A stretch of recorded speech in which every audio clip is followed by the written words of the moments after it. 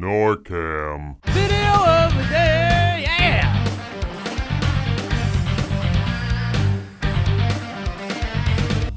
Hey, Vsauce! Michael here. In 1872, French painter Romano Montesquieu ate his lead-based paints and died in his studio, right in front of his palette.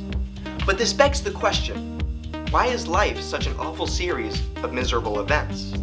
I recently traveled to North Reading, Massachusetts, where I found just that. Their memes were antiquated, society was in shambles, and even the public school system was in ruins. And it's not just North Reading. We actually see this all the time. But we never seem to get an answer.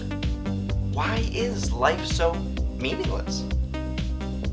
Philosophers have always attempted to answer this question, but they're all, well, bullshit, because humans have a tendency to lie to themselves into a self-actualized existence.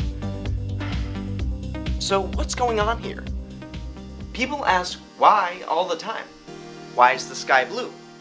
Why didn't she call me back? Why did my family abandon me in the cold streets of the ghetto? But is why even the right question? I mean, the only reason we ask questions like why is because it's helped our ancestors in the past. It's in our DNA.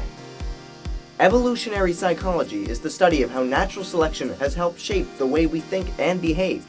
These psychologists believe that we care so much about what other people think about us because being socially desirable made it more likely that others would help us survive and therefore reproduce.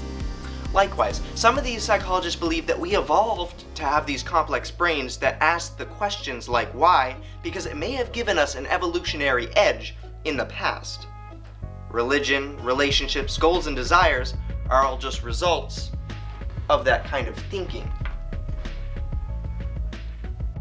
But life is just a recursive chain of chemical reactions that favors certain chemical reactions and discards others. There's no magic here. It's just how the particles in our universe happen to interact. We try so hard every day to be better.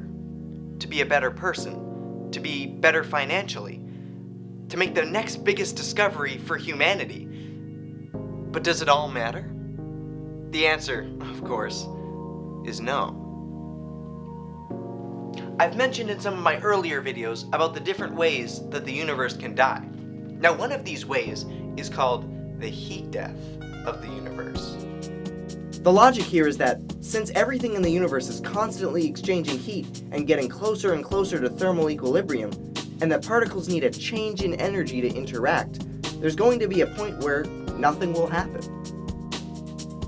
Even if the universe didn't come to a devastating end, even if we didn't all die with the universe, there would still be no point.